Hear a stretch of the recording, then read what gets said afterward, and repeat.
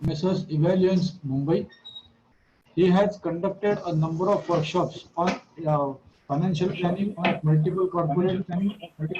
He has more than 16 years of experience with multiple industries, MNC consulting firms, and other various companies. Then he has worked in India, London, and Turkey extensively. He has experience in the core business like operations, production, marketing, IT, maintenance, HR, risk management, and internal audit across many organizations. He has imparted technical and soft skills trainings to various manufacturing companies, banks, MNCs, MSMEs, and industries associations. He is a corporate trainer and founder and managing director of Messrs. Evaluance Mumbai. He also manages his individual and family wealth and guides people from multiple backgrounds to create a robust and healthy financial plan and aim for significant wealth creation over a period of time. He has already taken many sessions on the same topic and also on other topics in Trombay unit as well as 12 unit. Today, we will be covering some topics like this: general approach towards investment planning, then important aspects to know, that is return, risk, taxation, lock-in period, liquidity, nominations, transfer, records, eligibility, etc. Then various investment opportunities, current and upcoming days में जो है वो, understanding issues and challenges of investment, so that we can make ourselves aware of that, tools and techniques for informed investment decision, etc., and so on. So these are topics to be covered by him today, and I'm sure that all of us will benefit much more in this session. With this brief introduction, I will hand over the session to Smitesh Bhosle sir. But prior to that, I will request each and everybody who is participating that please mute yourself. You can ask your questions in the chat box, and Bhosle sir will be addressing those questions after the session. Thank you. Sir, over to you. Okay, thank you very much, Joshi sir, and thank you very much, Ramteke sir, also for organizing the session, and Alpana ma'am also, she is also there. Thank you. So आज का जो session है वो मैं हिंदी में ही deliver करूंगा, और Joshi sir ने ऑब्जेक्टिव और कवरेज स्कोप वो आपसे शेयर किए हैं, तो मैं स्ट्रेट अवे अभी हम क्या कवर करने वाले हैं इसमें जस्ट एक ब्रीफ ओवरव्यू देता हूँ. सो एक इन्वेस्टर को अगर अच्छी तरह से इन्वेस्ट करना है तो, और रिटर्न्स ठीक से चाहिए ऑब्जेक्टिव के हिसाब से, तो काफी चीजों के बारे में अवेयरनेस जरूरी है. सो ये जो हमारा सेशन है वो देयर कुड बी बहुत सारे इन्वेस्टमेंट टाइप्स हो सकते हैं इंडस्ट्री में, उसको हम किस तरीके से देखें और हमारी अवेयरनेस किस तरह से बढ़ाए, वो चीज के ऊपर आज हमारा ये सेशन है. सो ओवरऑल हमारी अप्रोच कैसी होनी चाहिए एज ए इन्वेस्टर, और क्या क्या नई अपॉर्चुनिटीज है हमारे पास आज की डेट में, वो हम सारी डिस्कस करेंगे. और जैसे हमारा सेशन लेट से 40 मिनट्स 1 आवर का हो जाता है, फिर lot of time will keep it for also the question and answer session के लिए. सो क्या क्या इश्यूज हमें आएंगे आगे जाके, और over a period of time एक अच्छे हम इन्फॉर्म्ड इन्वेस्टर किस तरह से बन सके. और ये जो पर्टिकुलर सेशन है इसमें हम डेफिनेटली कोई प्रोडक्ट नहीं आपको सेल करेंगे, बिकॉज हम प्रोडक्ट सेलिंग कंपनी नहीं है, लेकिन अलग अलग प्रोडक्ट्स को किस तरह से हम देखें और किस तरह से खुद से हम ये डिसीजन लें, तो उसका ये पूरा हम डिस्कशन करेंगे. और over a period of time हमारी क्वालिटी एज ए इन्वेस्टर हम किस तरह से बढ़ाए, उसके लिए कुछ टूल्स और टेक्निक्स है, उसके बारे में भी हम डिस्कस करेंगे. और ऑफ कोर्स लास्ट में हमारा जो क्वेश्चन एंड आंसर होगा वो भी मैं आपसे शेयर करूंगा. सो पहला जो हमारा एरिया है वो इन्वेस्टमेंट प्लानिंग अप्रोच, एक इन्वेस्टर का अप्रोच इन्वेस्टमेंट्स की तरफ किस तरह से होना चाहिए, वो अभी हम डिस्कस करेंगे. सो सबसे पहली जो बात है, वेदर कोरोना हो कि नहीं हो, उसके बाद उसके पहले ये जो अप्रोच है वो हर टाइम पे एप्लीकेबल रहेगा. वो क्या है कि आज हम कहाँ पे हैं? अभी हम सितंबर 2020 के एंड में है ऑलमोस्ट। एक ही दिन बचा है सितंबर खत्म होने के लिए, और हो सकता है कि हमने कुछ हमारे लिए ऑब्जेक्टिव बनाए हो 2025 के लिए। सो 5 साल के बाद हमें बेसिकली एज अ इन्वेस्टमेंट क्या चाहिए, वो एक फर्स्ट स्टेप है जो हमें विजुअलाइज करनी चाहिए। सो आज की डेट में हो सकता है कि हमारी majority of the needs meet हो रही हो, एक सेविंग भी हमने हमने बनाई हो, लेकिन बहुत सारे इंडिविजुअल्स और फैमिलीज में ये चैलेंज होता है कि वो फाइनेंशियल स्ट्रगल होता है उनको, काफी काफी लोन्स होते हैं, और कुछ भी अगर खर्चा करने की कोशिश करेंगे तो उसमें लिमिटेशन आता है, कहीं ना कहीं एक प्रॉब्लम आ जाता है, और एक्सपेंस जो है हमारे, वो हमारे इनकम से काफी ज्यादा है। तो इस तरह के सिनारियो में अगर हमें इन्वेस्टिंग करना है और हमारे प्रॉब्लम्स को, फाइनेंशियल प्रॉब्लम्स को सॉल्व करके आगे की ओर बढ़ना है, तो हमारा अप्रोच क्या होना चाहिए? तो सबसे जो पहली स्टेप है, वो आज के बारे में हमें पूरी जानकारी होनी चाहिए कि अभी हम कहाँ पे हैं, और आगे आने वाले 5 सालों में हमें क्या चाहिए, वो भी हमें एक इंसाइट चाहिए। सो क्या चाहिए, उसका जो डेफिनेशन है वो तो पर्सन टू पर्सन डिफर होगा, लेकिन कुछ पॉइंट्स जो मैंने यहाँ पे स्क्रीन पे हाईलाइट किए वो है कि जो भी ज़रूरतें हैं वो तो हमारी डेफिनेटली पूरी होती होंगी अभी, लेकिन हमें उसके बियॉन्ड जाना है, ज़रूरतों के भी आगे।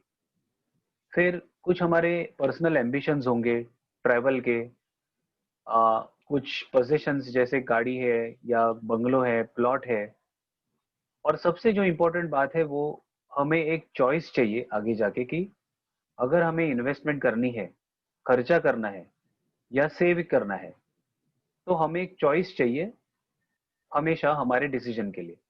सो वो फ्रीडम ऑफ चॉइस, वो एक हमारा एस्पिरेशन हो सकता है। और डेफिनेटली हर एक को सिक्योरिटी चाहिए, फाइनेंशियल हेल्थ अच्छी होनी चाहिए। तो सबसे पहला जो इन्वेस्टर को अप्रोच है इन्वेस्टिंग की तरफ, ये होना चाहिए कि उनको पता होना चाहिए कि उन्हें क्या चाहिए, आज वो कहाँ पे है। और ये जब हम विजुअलाइज करेंगे तो उसके बाद हमें एक प्लान बनाने की ज़रूरत है, और वो प्लान को इम्प्लीमेंट करने के लिए हमें इन्वेस्टमेंट्स की ज़रूरत है। सो इन्वेस्टमेंट्स एक ऐसी जगह नहीं है जहाँ पे हमें लाइफ टाइम कहीं अटक के रहना है। इन्वेस्टमेंट्स एक व्हीकल है। सो ये एक इन्वेस्टर को ध्यान में रखना चाहिए, भले वो फिक्स डिपॉजिट हो, पोस्ट ऑफिस के डिपॉजिट हो, शेयर्स हो, कोई इंश्योरेंस पॉलिसी हो, या कोई भी टाइप का इन्वेस्टमेंट हो। एक इन्वेस्टर को ये जो सारी इन्वेस्टमेंट्स है उसको एक जरिया मानना चाहिए, क्योंकि एक जगह से दूसरी जगह जाने का ये एक जरिया है बस, ये कोई डेस्टिनेशन नहीं है। सो सबसे पहला जो अप्रोच एक अवेयर इन्वेस्टर को होना चाहिए वो ये है कि जो भी हमारे इन्वेस्टमेंट्स हैं वो एक जस्ट व्हीकल मात्र है, और कोई भी इन्वेस्टमेंट करनी है तो इमीडिएट मतलब near, short term, medium term और लॉन्ग टर्म प्लान की जरूरत पड़ेगी। जैसे हमारी जो कंपनी है उसका इतना बड़ा कारोबार है, लेकिन एज अ कंपनी भी हमारा जो बजट होगा वो कुछ लॉन्ग टर्म होगा अगले 5 साल के लिए, एक मीडियम टर्म होगा जो 2 से 3 साल के लिए, फिर 1 साल के लिए, और कुछ जो बजट है वो हो सकता है एक क्वार्टर मतलब 3 महीने के लिए, 6 महीने के लिए हो। सो एक इन्वेस्टर के पास हमेशा एक प्रॉपर प्लान होता है जो शॉर्ट टर्म और लॉन्ग टर्म दोनों को ध्यान में रखते हुए बनाया जाता है, और जो भी हमारे इन्वेस्टमेंट्स हैं वो एक जरिया है इस प्लान को इम्प्लीमेंट करने के लिए। So the first thing is, जो भी हम अप्रोच फॉलो करेंगे उसमें आज हम कहाँ पे हैं, 4-5 साल बाद हम कहाँ पे होना चाहते हैं, कुछ किस तरह के इन्वेस्टमेंट्स हमें हेल्प करेंगे, और किस तरह से हमें प्लानिंग करनी है टाइम फ्रेम में, नियर टर्म और लॉन्ग टर्म। ये सारी चीजें हमें ध्यान में रखते हुए हमारा प्लान बनाना है।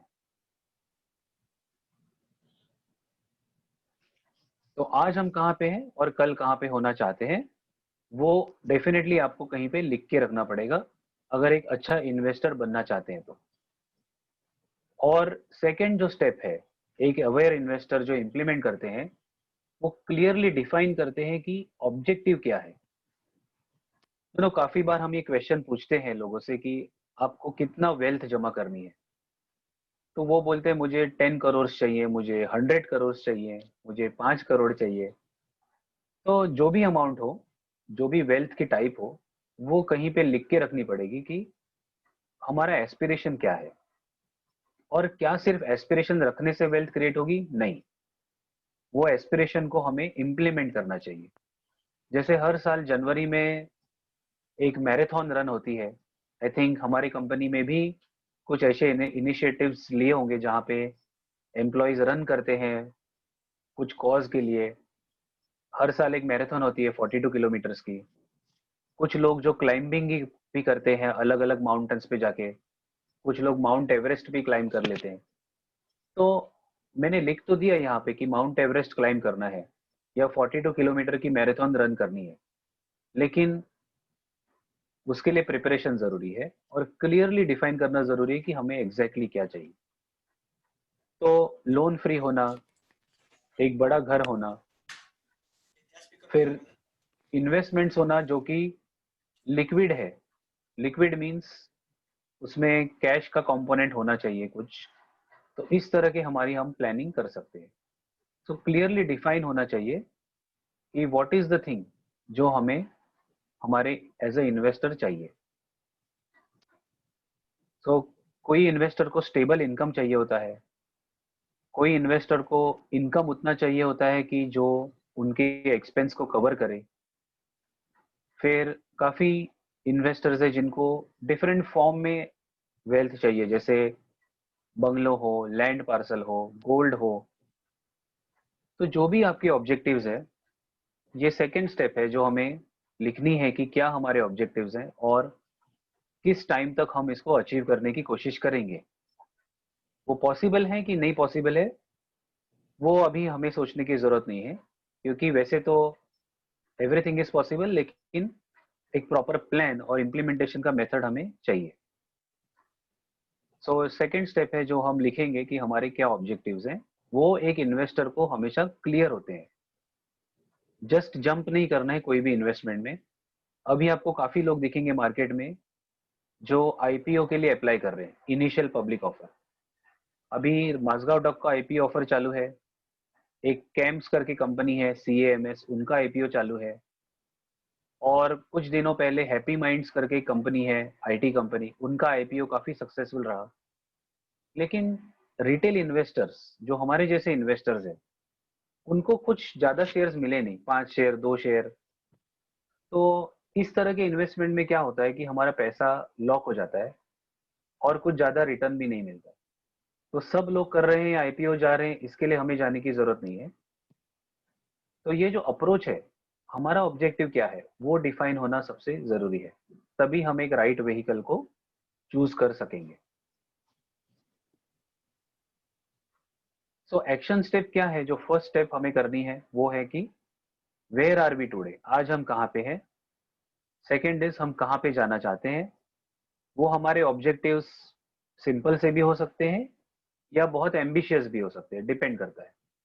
और सबसे जो जरूरी बात है इन्वेस्टर के लिए, वो है हमारी रेडीनेस लेवल। क्या आज की डेट में हम कुछ तरह की इन्वेस्टमेंट्स करने के लिए रेडी हैं कि नहीं है। ऐसा कोई भी इन्वेस्टमेंट नहीं है जो डबल रिटर्न देगा, 10 टाइम्स रिटर्न देगा। वो पूरा हम पे डिपेंड करेगा। जैसे आप कोई गाड़ी में भी ट्रेवल करते हो, गाड़ी इतनी रेलेवेंट नहीं है, बट कौन ड्राइविंग सीट पे बैठा है वो इंपॉर्टेंट है। वो अगर पर्सन सही है तो एक सिंपल व्हीकल से भी लंबा डिस्टेंस को तय कर सकता है। लेकिन अगर वो ड्राइवर सही नहीं है तो बेस्ट ऑफ द गाड़ी को भी डैमेज करवा सकता है। सो ये थर्ड वाला जो पॉइंट है वो सबसे इंपॉर्टेंट है कि हमारी रेडीनेस लेवल कितनी है। इसके लिए ये वर्कशॉप की इन्वेस्टर को अवेयर होना चाहिए, जाननी चाहिए कि वो खुद क्या है, किस तरह से सोचते हैं और कितनी रिस्क लेने के लिए रेडी है। अकॉर्डिंगली इन्वेस्टमेंट ऑप्शंस अवेलेबल हो जाएंगे। सो एक इन्वेस्टर, कोई भी इन्वेस्टमेंट अपॉर्चुनिटी हो, अभी जो आज का हमारा वर्कशॉप है उसमें हम कोई प्रोडक्ट्स की बातें नहीं करेंगे, ना ही कोई मैं प्रोडक्ट आपको सेल करूंगा कि आप ये खरीदना चाहिए वो खरीदना चाहिए। तो हम क्या फोकस करने वाले हैं कि जो भी आप इन्वेस्टमेंट करें, क्या कंसेप्ट है जो आपको ध्यान में रखते हुए वो अगर आप इन्वेस्टमेंट करेंगे तो वो इन्वेस्टमेंट आपकी सक्सेसफुल हो सकती है। सो ऐसे तो बहुत सारे कंसेप्ट्स हैं, बट कंसिडरिंग टाइम कंस्ट्रेंट कुछ इन्वेस्टमेंट के कंसेप्ट्स मैंने यहाँ पे शेयर करूंगा जो सबसे इंपॉर्टेंट है। सो आप देखेंगे आज की डेट में अगर आप कोई भी फिक्स डिपॉजिट में इन्वेस्ट करते हैं तो ज्यादा से ज्यादा जो बैंक ऑफर कर रहे हैं वो 5.5% है, वो भी 5.3 5.4% इस तरह का इंटरेस्ट है। यहाँ पे मैंने कैलकुलेशन के लिए थोड़ा सिंपल नंबर लिया है 6%। सो अगर आप कोई इन्वेस्टमेंट करते हैं जिसमें आपको 6% रिटर्न मिल रहा है, 6% पर एनम, मतलब 1 लाख रुपया अगर हम इन्वेस्ट करेंगे तो 6,000 रुपये मिलेंगे, 1 करोड़ करेंगे तो 6 लाख रुपया मिलेगा। तो सबसे इंपॉर्टेंट चीज है जो इन्वेस्टर से रिलेट करती है, अब आप देखेंगे जो यहाँ पे रेड टेक्स्ट में जो हाईलाइट किए हैं वो है टैक्स। कोई इन्वेस्टर ऐसे होंगे जिनको कोई टैक्स नहीं लगता, और कोई इन्वेस्टर ऐसे होंगे जिनको 30% टैक्स लगता है क्योंकि उनका इनकम 10 लाख से ज्यादा है। तो ये जो 6% हम कमा रहे हैं, अगर हम इन्वेस्टर ऐसे हैं जिनको कोई टैक्स नहीं लगता है तो हमारा नेट रिटर्न है वो 6% ही रहेगा। लेकिन अगर हम ऐसे इन्वेस्टर है जिनको 30% टैक्स लगता है तो 6% में से 1.8, मतलब 1 रुपया 80 पैसा, 6 रुपए में हमें टैक्स में देना पड़ेगा। तो हमारा जो नेट रिटर्न है वो सिर्फ 4% के आसपास हो सकता है। सो सबसे पहले तो इन्वेस्टर को ये देखना पड़ेगा कि वो कौन से टैक्स स्लैब में फॉल होता है। उस तरह से अगर आपको टैक्स 0 लगता है तो वर्स्ट से वर्स्ट इन्वेस्टमेंट भी आपके लिए बेनिफिशियल हो सकती है, क्योंकि 6% आपको पूरा मिल रहा है बिना टैक्स कटे। लेकिन अगर कोई इन्वेस्टर ऐसा है जिनकी इनकम 10 लाख के ऊपर है सालाना और उनको 30% टैक्स पड़ता है, तो उनके लिए ये जो 6% वाला फिक्स डिपॉजिट है वो कोई मायने नहीं रखता है, क्योंकि टैक्स देने के बाद जो उनके हाथ में बचेगा वो महज 4% है।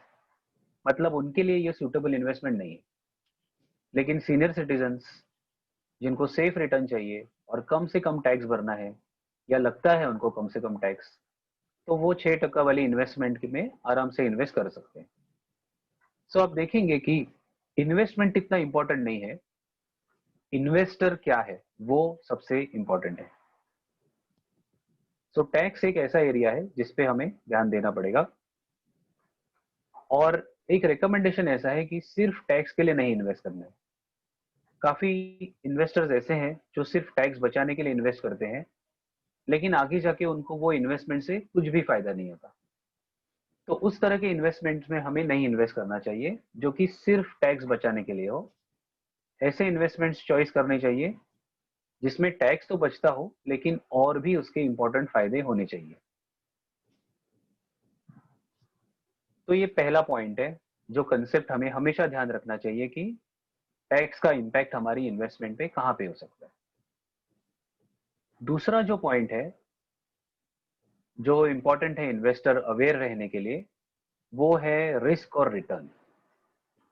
तो यहाँ पे जो चार्ट है स्क्रीन पे, उसमें दिख रहा है आपको कि ये जो काटा है वो मिनिमल के साइड पे है, फिर low, high, moderate, intense. So risk किस तरह की लेनी चाहिए, कौन से प्रोडक्ट्स में ज्यादा रिस्क है, वो एक इन्वेस्टर को ध्यान में रखना चाहिए। ऐसे एक कहावत भी है कि पॉइजन, मतलब जो विष, अगर वो सही हाथ में पड़ जाए तो वो अमृत भी बन सकता है, एक मेडिसिन बन सकता है। सेम वे इन्वेस्टमेंट कोई रिस्की नहीं होती। ऐसे लिखा है बुक में, बहुत सारे बुक्स में ऐसा लिखा हुआ है, जितना ज्यादा रिस्क उतना ज्यादा रिटर्न। लेकिन प्रैक्टिस प्रैक्टिस में ये बात शायद मेरे हिसाब से सही नहीं है। जहां पे रिस्क है वहां पे रिटर्न तो है, लेकिन सबसे इंपॉर्टेंट इन्वेस्टर किस तरह से देखता है वो इंपॉर्टेंट है। जैसे हम फ्लाइट में ट्रैवल करते हैं और रोड में भी ट्रैवल करते हैं गाड़ी से, तो इन दोनों में कौन सा ज्यादा रिस्की है? ऐसे बुक के हिसाब से जाएंगे तो फ्लाइट रिस्की है, लेकिन अगर प्रैक्टिस से देखेंगे तो फ्लाइट सबसे ज्यादा सेफ ऑप्शन है और जल्द से जल्द हमें पहुंचाता है हमारे डेस्टिनेशन पे। लेकिन रोड पे एक्सीडेंट ज्यादा होते हैं, फ्लाइट के एक्सीडेंट रेयरली होते हैं। सो वो भी एक ध्यान इन्वेस्टर को रखना चाहिए कि कोई और बोल रहा हो कि ये रिस्की है, इसमें मत इन्वेस्ट करो, वो सुन के हमें नहीं डिसीजन लेना चाहिए। हमें खुद को अवेयर जितना बनेंगे उतनी हमारे लिए रिस्क कम है। जैसे कोरोना का टाइम है, तो कोरोना वायरस रिस्की है कि नहीं है, वो किसके ऊपर डिपेंड करता है? वायरस के ऊपर नहीं, वो हमारी इम्यूनिटी पे डिपेंड करता है। सेम वे इन्वेस्टमेंट्स के लिए भी, कोरोना वायरस सबके लिए सेम है, लेकिन इम्यूनिटी हर एक की अलग है। सो इम्यूनिटी पे डिपेंड करेगा कि कोरोना हमें इम्पैक्ट करेगा कि नहीं करेगा। सिमिलरली रिस्क कितना लेना चाहिए, वो इन्वेस्टर की इम्यूनिटी पे डिपेंड करता है, उसकी अवेयरनेस पे डिपेंड करता है। अगर हम अच्छी तरह से अवेयर हैं, रिस्क को जानते हैं और उसको हैंडल करने की क्षमता रखते हैं, तो रिस्की से रिस्की इन्वेस्टमेंट भी हमारे लिए बेनिफिशियल हो सकता है। सो जरूरी नहीं है कि जो रिस्की हो वो नहीं इन्वेस्ट करना चाहिए। इनफैक्ट जो रिस्की है उसको समझ के हमें अच्छा इन्वेस्टमेंट कर सकते हैं। और ये एक संजीव कुमार जी की पुरानी मूवी से मैंने लिया है, जो खिलौना करके एक मूवी आई थी। आई थिंक कुछ लोगों ने देखी होगी ये मूवी। खिलौना सॉन्ग भी काफी फेमस है। तो यहाँ पे संजीव कुमार जी जेल के अंदर ऐसे, मतलब वो शायद खिड़की के पीछे है, लेकिन मैंने इसको जेल की तरह मानता हूँ। तो कुछ इन्वेस्टमेंट ऐसे हैं जो जेल की तरह होते हैं। वहां पे लॉक इन पीरियड होता है। लॉक इन पीरियड ऐसा है कि अगर हमने इन्वेस्टमेंट कर दिया तो उससे आसानी से बाहर नहीं निकल सकते, और अगर बाहर निकलने की कोशिश करेंगे तो हमारा नुकसान हो सकता है। तो कुछ अच्छे इन्वेस्टमेंट ऑप्शंस अवेलेबल है मार्केट में, लेकिन उसमें लॉक इन पीरियड है। मतलब 5 साल, 7 साल, 10 साल रुकने की अगर हमें रेडीनेस है तो जरूर इस इन्वेस्टमेंट की तरफ देखें। लेकिन कोई भी इन्वेस्टमेंट करने के पहले लॉक इन पीरियड जो हमें अटका देता है, लिक्विडिटी। लिक्विडिटी क्या है कि हम कितनी आसानी से इन्वेस्टमेंट को बेच सकेंगे। जैसे आप शेयर्स है, फिक्स डिपॉजिट्स है, कुछ म्यूचुअल फंड्स के यूनिट्स है, उसको आप आसानी से मार्केट में बेच सकते हैं और उसको कैश में कन्वर्ट कर सकते हैं। लेकिन कुछ तरह के बॉन्ड्स हैं, डिवेंचर्स हैं, कॉर्पोरेट डिपॉजिट्स हैं और इंश्योरेंस की पॉलिसीज है, अगर उसमें आपने इन्वेस्ट किया तो वेटिंग पीरियड काफी लंबा हो सकता है। तो इसमें कोई अच्छी या बुरी बात हमें डिसाइड करने की जरूरत नहीं है। अगर हम रेडी है रुकने के लिए तो उस प्रोडक्ट को चॉइस करें। अगर हमें नहीं चाहता है रुकना, तो फिर हम ऐसा प्रोडक्ट चॉइस करना चाहिए जिसमें लॉक इन पीरियड कम से कम हो या कोई भी लॉक इन पीरियड नहीं हो। सो रिस्क और रिटर्न, टाइम पीरियड कितना हम वेट करना चाहते हैं और हमारा ऑब्जेक्टिव से कितना मिलता है वो इन्वेस्टमेंट, और टैक्स, ये कुछ इंपॉर्टेंट एस्पेक्ट है जो एक इन्वेस्टर को ध्यान में रखने हुए चाहिए जब भी वो इन्वेस्टमेंट करेंगे।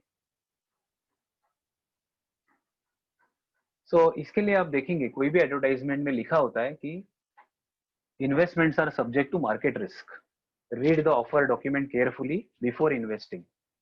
वो क्यों लिखते हैं? क्योंकि मार्केट तो रिस्क है, बट इन्वेस्टर खुद में भी एक रिस्क साबित हो सकता है, और इन्वेस्टर को सारे टर्म्स एंड कंडीशंस बड़ी बारीकियों से पढ़ने पड़ेंगे।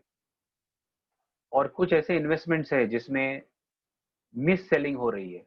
मिस सेलिंग हो रही है मतलब, आपको मैं एक एग्जांपल बताता हूँ। जैसे कुछ ऐसी पॉलिसीज हैं, जैसे आप अगर 10 लाख रुपया अगर अभी इन्वेस्ट करेंगे आज 2020 में, तो पॉलिसीज ऐसे बोलती हैं कि आपको 2025 से हर महीना 10,000 रुपया मिलेगा। मतलब साल का 1,20,000 रुपया मिलेगा। तो कितना रिटर्न मिला? 12%। लेकिन वो शुरू होगा 2025 में, और अभी हम कितना इन्वेस्ट कर रहे हैं? 10 लाख। तो ये जो 5 साल कुछ नहीं मिलेगा रिटर्न। अगर ये 10 लाख हम इन्वेस्ट करते आज कहीं सिंपल से इन्वेस्टमेंट में भी, तो भी 5 साल में कम से कम 15 लाख तो होता उसका। और 15 लाख अगर 2025 में इन्वेस्ट करते, तो उस पे जो 1,20,000 रुपया मिलने वाला है वो तो बहुत ही कम अमाउंट है। उसका ये मतलब है कि कहीं कहीं पे पॉलिसीज मिस सेलिंग करते हैं, इन्वेस्टर्स को जो एक्चुअल में है वो दिखाते नहीं है। और यहाँ पे मैं बेचने वालों को गलत नहीं मानूंगा, यहाँ पे मैं खरीदने वाले को गलत मानता हूँ। इनफैक्ट लॉ में भी ऐसा टर्म है, बायर बिवेयर, मतलब अगर आप खरीद रहे हैं तो खरीदार को जानकारी रखनी चाहिए कि वो क्या खरीद रहा है, ना कि जो बेचने वाला है। बेचने वाला मिनिमम चीजें बताएगा, लेकिन खरीदने वाला ज्यादा रिस्पॉन्सिबल है, उसको टेस्ट करके लेना चाहिए। इसके लिए इन्वेस्टमेंट्स में भी ऐसा है कि पूरा कैलकुलेशन करें, उसमें थोड़ा एफर्ट लग सकता है, एक्सेल में मैन्युअली कैलकुलेट करके देखें कि कितना रियली पैसा आ रहा है, और मल्टीपल लोगों को कंसल्ट करें।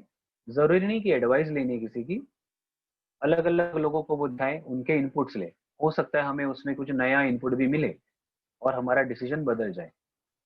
सो मिस सेलिंग काफी हो रही है मार्केट में, और इस तरह के इन्वेस्टमेंट्स कुछ अच्छे हैं, कुछ बहुत बुरे भी हैं, उन झूठ बनाया जा रहा है मार्केट में। तो इन्वेस्टर को अवेयर रहना चाहिए कि किस तरह से हम सारे कैलकुलेशन करके देखें।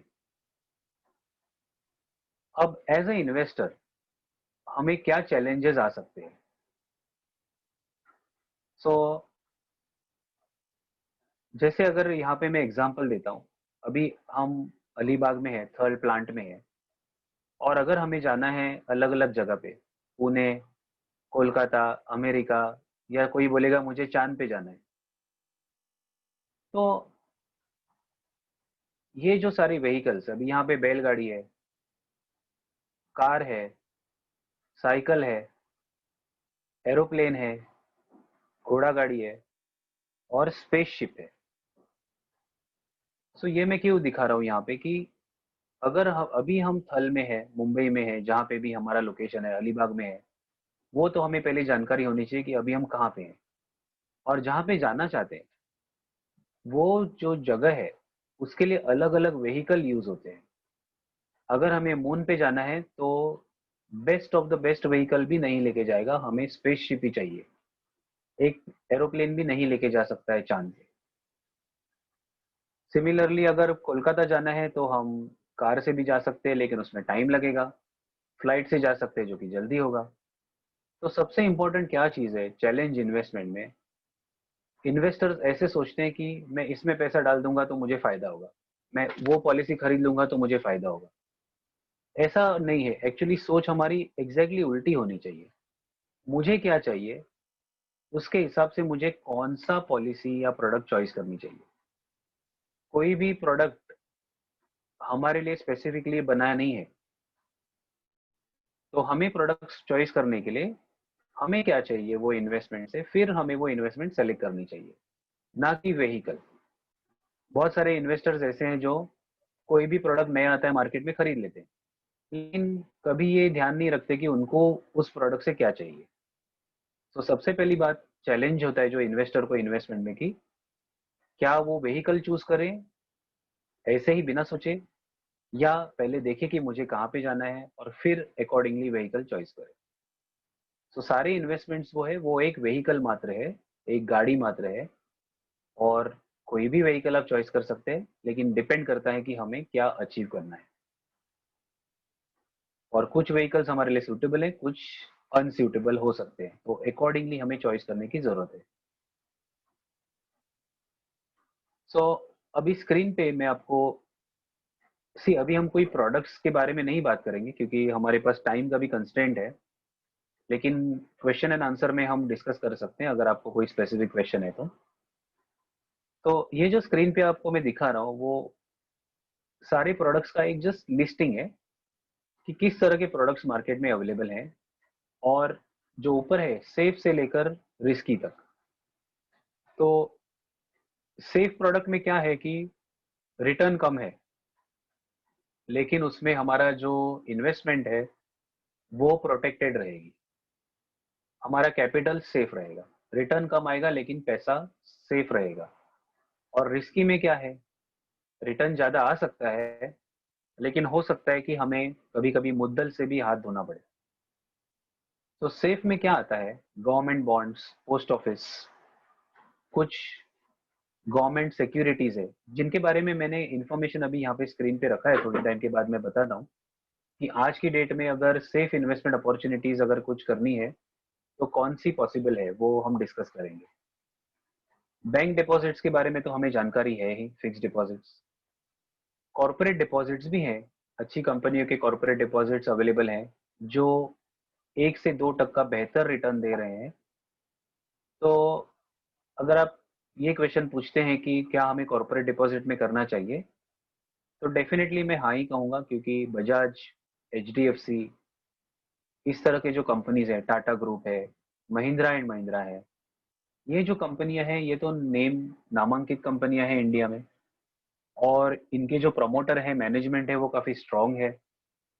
तो इन कंपनियों में हम 3 साल के लिए तो पैसा रख ही सकते हैं। 10 साल 15 साल की हम बात नहीं कर रहे।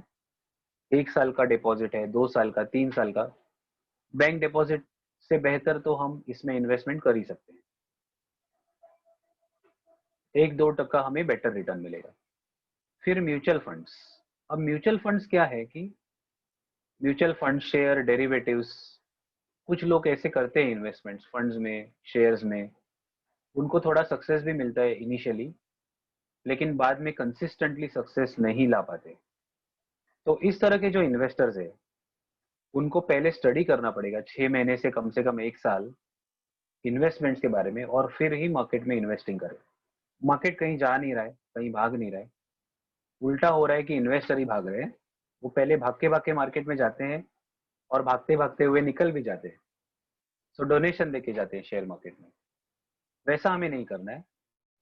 तो हमें लॉन्ग टर्म सोचना है, हमें एक एथलीट की तरह, जिसको ओलंपिक मेडल चाहिए, उसकी तरह सोचना है जब हम शेयर मार्केट में जाएंगे। तो कम से कम 2 घंटा दिन में उसके लिए स्टडी करने की जरूरत है। और जैसे जैसे धीरे धीरे हमारा अंडरस्टैंडिंग बढ़ेगा, तभी हम उस तरह के इन्वेस्टमेंट्स प्रोडक्ट को अप्रोच करना चाहिए। बाकी और भी प्रोडक्ट्स हैं, जैसे गोल्ड है, लैंड है, अलग अलग टाइप की कंपनीज अलग स्कीम्स ऑफर करती हैं। कुछ स्कीम से हमें बच के रहना चाहिए, जो कि सिर्फ इन्वेस्टर को झूठ बोल के थमाई जाती हैं और कुछ रिटर्न्स नहीं देती। आज की डेट में बहुत सारे ज्वेलर्स हैं जिन्होंने इन्वेस्टर का पैसा डुबाया है।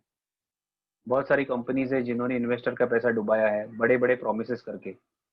तो कोई भी प्रॉमिस करता है तो आपको ये क्वेश्चन उनको पूछना चाहिए कि आपकी कंपनी ऐसा क्या बिजनेस करती है जो इतना पैसा कमाती है। और अगर वो हमें समझ में आया तो हम शायद वही बिजनेस ट्राई करें इंस्टेड ऑफ इन्वेस्टिंग। ऐसा कौन सा बिजनेस है जो इतने जल्दी जल्दी पैसा बनाता है? अगर ऐसा बिजनेस होता तो जैसे बड़े रेस्पेक्टेड बिजनेसमैन है, महिंद्रा जी हैं, टाटा ग्रुप है, मुकेश अंबानी जी है, क्या वो बिजनेस नहीं करते? वो भी बिजनेस कर रहे हैं और काफी बड़ा बना रहे हैं बिजनेस को।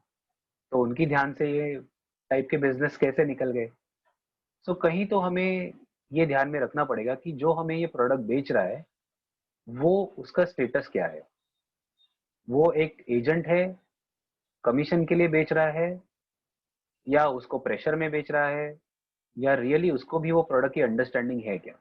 सो ये पूरे क्वेश्चंस आप डिटेल में, भले वो आपके क्लोज रिलेटिव हो, फ्रेंड हो, लेकिन जब पैसे की बात आती है तो थोड़ा सा हमें इमोशन को साइड में रख के एक हॉनेस्टली रिव्यू करना चाहिए हर प्रोडक्ट को, कि वो रियली प्रोडक्ट ठीक है कि नहीं। पर्सन बहुत अच्छे है, लेकिन पैसा तो हमारा जा रहा है।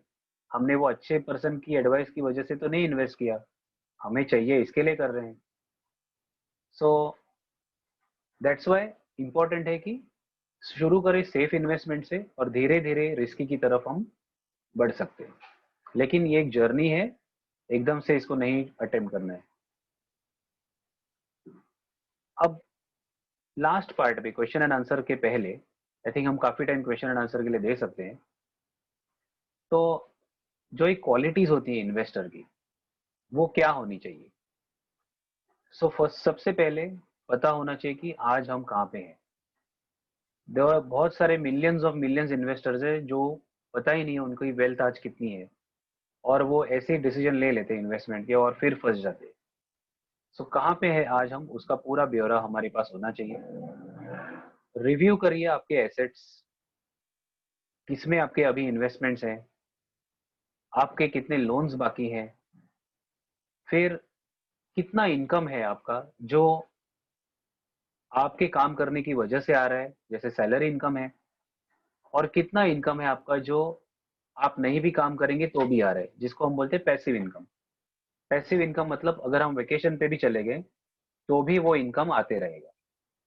सो जो इन्वेस्टर का पैसिव इनकम ज्यादा है वो ज्यादा रिस्क ले सकते हैं, लेकिन जिनका एक्टिव इनकम ज्यादा है, मतलब सैलरी इनकम, बाकी इनकम से कंपेयर करेंगे, वो फिर थोड़ा कम रिस्क लेना चाहिए उन्होंने, क्योंकि एक्टिव इनकम के लिए मेहनत भी बहुत लगती है। पूरा महीना भर काम करेंगे तभी सैलरी आएगी। उस तरह का पैसा हम बहुत रिस्की एसेट्स में नहीं डाल सकते, क्योंकि खर्चे भी होंगे। सो पैसिव और एक्टिव इनकम का रेशियो क्या है, वो डिसाइड करेगा कि कितने टाइप के हमारे इन्वेस्टमेंट्स को हम कर सकते हैं।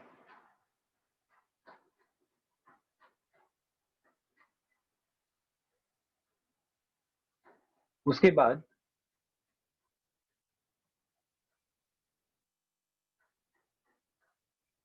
Fixed and variable expense. सो हमारे कितने खर्चे हैं जो फिक्स्ड है और हमारे कितने खर्चे हैं जो वेरिएबल है। हम ये कंपनी में भी देखते हैं, अगर हम रॉ मटेरियल का जो हमारा खर्चा है वो वेरिएबल है, लेकिन जो प्लांट की मेंटेनेंस की कॉस्ट है वो हमारी फिक्स्ड है। सो हमारे कौन से खर्चे फिक्स्ड है कौन से वेरिएबल है, ये हमें जानने की जरूरत है। अगर कोई फैमिली है जिनके फिक्स्ड खर्चे बहुत ज्यादा है, तो वो फैमिली ज्यादा रिस्क नहीं ले सकती, उस तरह के इन्वेस्टर ज्यादा रिस्क नहीं ले सकते। लेकिन वेरिएबल ज्यादा है तो वो टाइप के इन्वेस्टर्स ज्यादा रिस्क ले सकते हैं। सो हमारा फिक्स्ड और वेरिएबल खर्चा किस तरह से है वो हमें देखना है। फिर एक सही इन्वेस्टमेंट व्हीकल की चॉइस करनी है। फॉल्स प्रॉमिस से बचना है। बहुत इन्वेस्टमेंट स्कीम्स है मार्केट में जो प्रॉमिस कर रहे हैं, लेकिन आज की डेट में हमें सबको पता है कि बिजनेसेस किस तरह से स्ट्रगल कर रहे हैं कोरोना के बाद। तो उस तरह से फॉल्स प्रॉमिस से हमें बचना है।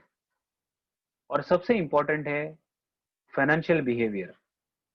फाइनेंशियल बिहेवियर क्या है कि हम किस तरह से खर्चा करते हैं, किस तरह से इन्वेस्टमेंट करते हैं, किस तरह से इन्वेस्टमेंट को रिव्यू करते हैं। ये हमारा बिहेवियर डिसाइड करता है कि हमें सक्सेस मिलेगा कि नहीं। और ये बात मैं बहुत बार कहता हूँ कि पैसा इन्वेस्ट करना इतना जरूरी या क्रिटिकल नहीं है जितना टाइम इन्वेस्ट करना।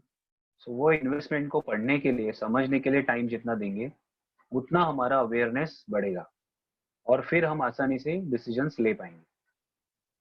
सिर्फ टैक्स को ध्यान में रखते हुए ही इन्वेस्टमेंट नहीं करनी चाहिए। टैक्स के अलावा वो प्राइमरी नहीं होना चाहिए। टैक्स, रिटर्न, कैश फ्लो, ये सारी प्राइमरी चीजें होनी चाहिए। और सबसे इंपॉर्टेंट है, हम कितना भी रिटर्न जनरेट करें, वेल्थ को प्रोटेक्ट करना सबसे ज्यादा जरूरी है। और आज के कोविड टाइम में तो ये ज्यादा ही इंपॉर्टेंट हो गया है कि वेल्थ को प्रोटेक्ट करें, क्योंकि ये समय कब तक चलेगा, कितना खर्चा बढ़ेगा, बहुत सारे फैमिलीज के लिए ये कंसर्न है। सो जितना इंपॉर्टेंट है वेल्थ बनाना, उतना इंपॉर्टेंट वेल्थ को प्रोटेक्ट भी करना है। सो ये सारे एक क्वालिटीज होते हैं इन्वेस्टर में, जो कि जिसको मैं अवेयर इन्वेस्टर बोलता हूँ। अब क्वेश्चन एंड आंसर शुरू करने के पहले आई एम श्योर, जैसे आई मीन रामटेके सर ने, जोशी सर ने भी इनपुट दिए थे कि जो नई अपॉर्चुनिटीज है मार्केट में जो हम आसानी से इम्प्लीमेंट कर सकते हैं, क्या हम उसके बारे में डिस्कस करेंगे। सो डेफिनेटली मैं आपको हाईलाइट करता हूँ कि किस तरह की आसान अपॉर्चुनिटीज है जो आप देख सकते हैं। सो जैसे मैंने बात की कि आज की डेट में बैंक डिपॉजिट्स, मतलब फिक्स डिपॉजिट्स या एफडी हम जिसको बोलते हैं, वो हमें कितना रिटर्न दे रहे हैं, 5.5%। तो कुछ मैंने फिक्स डिपॉजिट्स यहाँ पे हाईलाइट किए हैं स्क्रीन पे, 3 कंपनियों के, ऐसे तो बहुत सारे कंपनीज के। Bajaj finance, Shriram transport finance और महिंद्रा फाइनेंस। अब बजाज फाइनेंस 1 साल अगर हम इन्वेस्टमेंट करने वाले हैं, तो हमें करीब 7% रिटर्न दे रहा है, और 5 साल अगर हम इन्वेस्टमेंट करेंगे तो 7.10 है। तो 3 से 5 साल के बीच में ये रेट सेम है। बैंक में भी ऐसा ही है, बैंक भी 5.5% ब्याज दे रहे हैं, एक्चुअली उससे कम ही है बट 5.5% बोल रहा हूँ। 3 से 5 साल में इन्वेस्टमेंट करेंगे तो 5.5% दे रहे हैं। सो बजाज फाइनेंस 7.10 दे रहा है, और अगर हम में से कोई सीनियर सिटीजन है फैमिली में तो उनको और 0.25% एक्स्ट्रा मिलेगा। सबसे अच्छा जो रिटर्न दे रहे हैं वो श्रीराम ट्रांसपोर्ट फाइनेंस, उसमें 5 साल के लिए वो 8.4%, और अगर सीनियर सिटीजन है तो 0.4 ज्यादा, मतलब करीब करीब 9% रिटर्न मिल रहा है सीनियर सिटीजन को अगर वो श्रीराम ट्रांसपोर्ट फाइनेंस कंपनी में इन्वेस्ट करते हैं, और महिंद्रा 6.5%। तो अभी क्वेश्चन ये है कि किस तरह की कंपनी हमें चॉइस करनी चाहिए।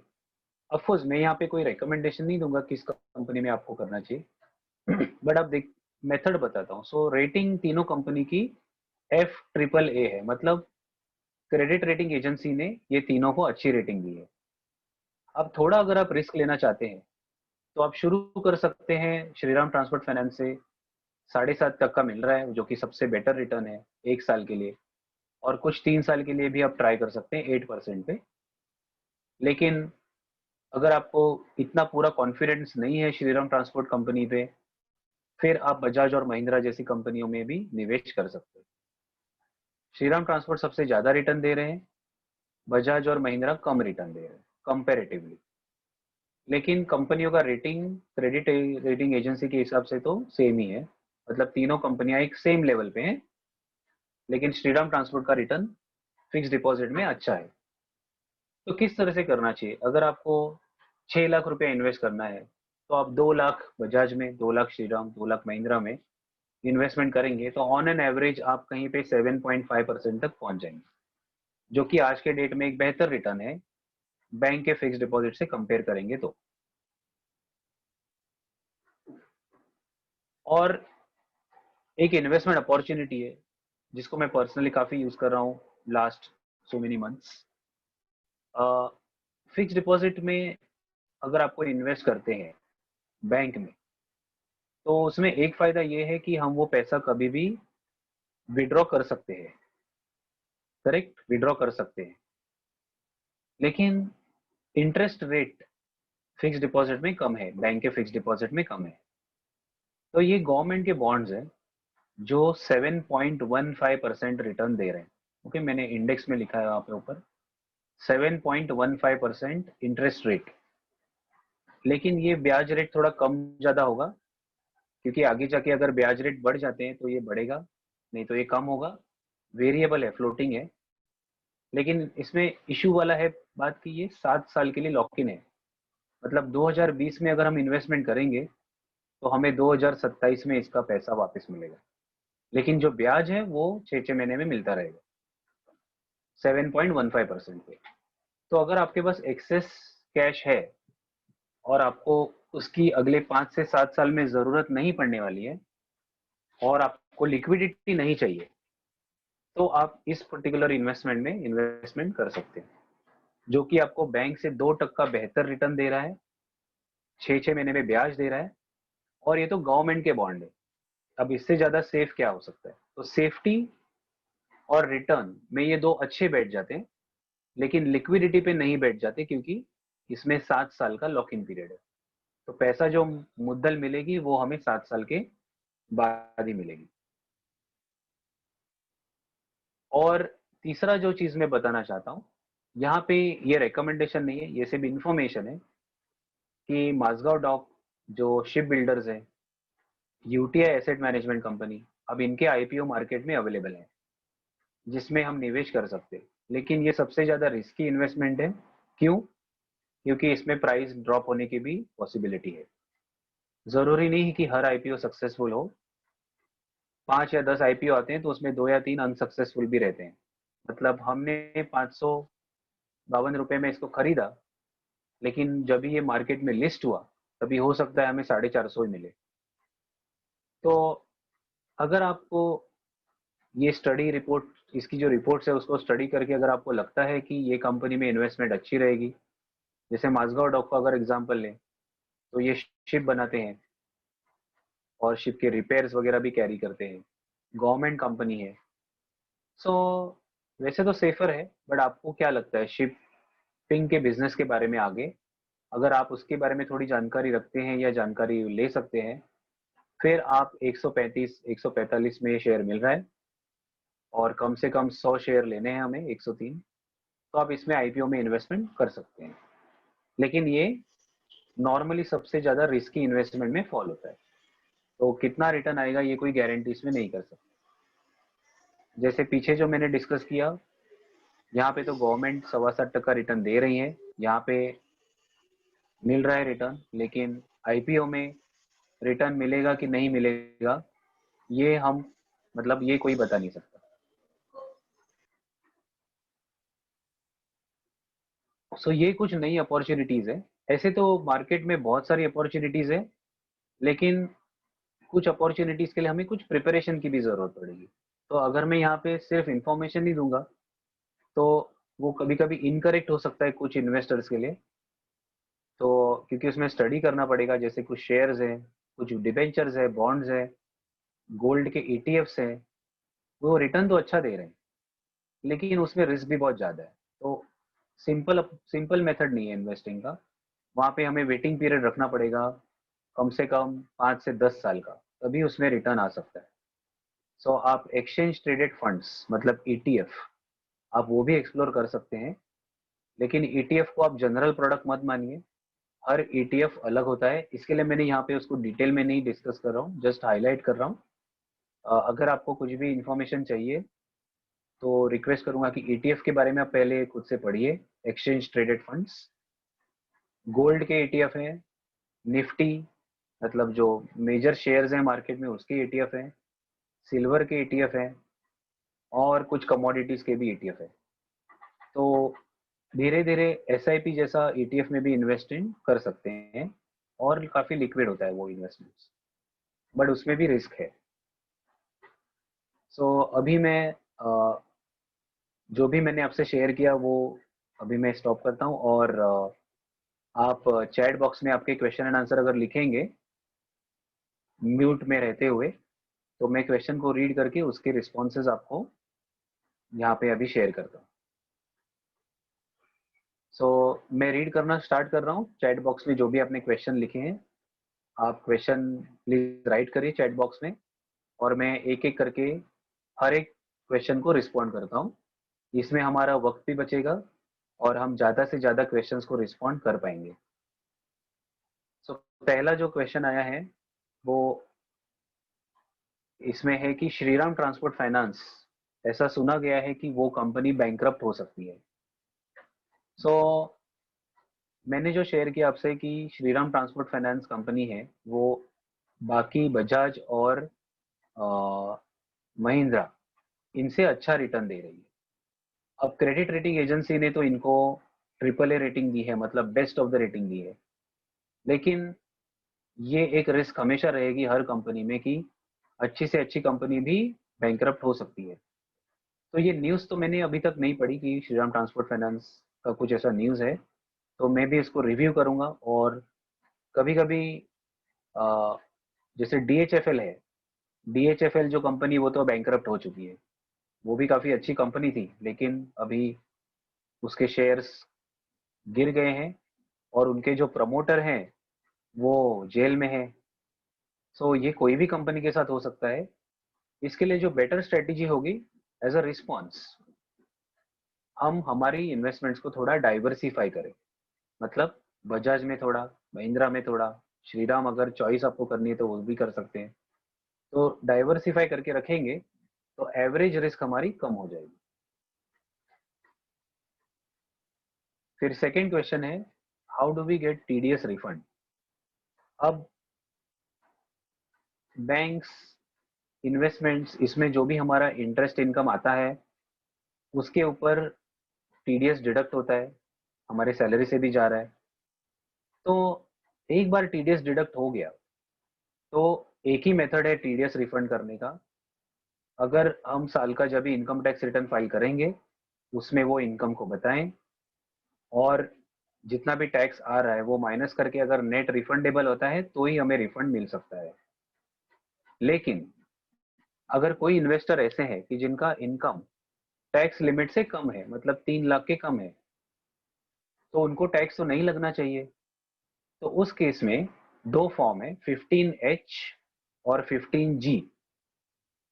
ये एक एज के ऊपर है, वो फॉर्म डिपेंड करता है, 15H एंड 15G। सो ये फॉर्म अगर हम अप्रैल के महीने में बैंक में या जो भी जहाँ पे भी इन्वेस्टमेंट किया है, अगर वहाँ पे सबमिट करते हैं, अगर हमारे इन्वेस्टी को ये बोलते हैं कि देखो हमारा इनकम टैक्स से कम होने वाला है, टैक्स लिमिट से ज़्यादा नहीं है, तो कृपया हमारा टीडीएस मत काटिए। और उसकी हम एक्नॉलेजमेंट भी लेनी चाहिए कि हमने ये 15H और 15G फॉर्म दे दिया है, तो फिर हमारा टीडीएस नहीं कटेगा।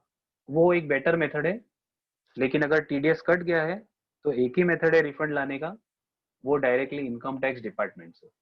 जिन्होंने हमारा टीडीएस काटा है वो हमें रिफंड नहीं दे सकते हैं, अब जब अगर उन्होंने वो टीडीएस गवर्नमेंट के अकाउंट में भर दिया है तो हमारे नाम पे। लेकिन आप एक फॉर्म देख सकते हैं 26AS फॉर्म, जो आपका यूजर नेम होगा इनकम टैक्स की वेबसाइट पे, मैं लिख रहा हूँ चैट बॉक्स में, आप उसको एक्सेस करिए।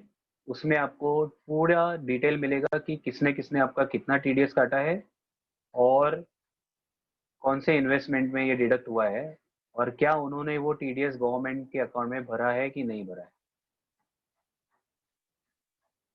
ओके, सो ये सेकंड क्वेश्चन का रिस्पॉन्स है। Third question, what about gold investment. So gold में हम तीन तरीके से इन्वेस्टमेंट कर सकते हैं। एक है फिजिकल गोल्ड, जो कि आप कॉइन्स और बार्स खरीद सकते हैं ज्वेलर से और उसको लंबे समय तक स्टोर करके जब भी अच्छा रेट मिले तभी बेच सकते हैं, वो फर्स्ट मेथड हो गया। सेकंड मेथड है गोल्ड का, अ, अभी मैं लिख रहा हूँ यहाँ पे स्क्रीन पे, SGB, जो है सोवरिन गोल्ड बॉन्ड, और 2.5% ऐसा लिख रहा हूँ।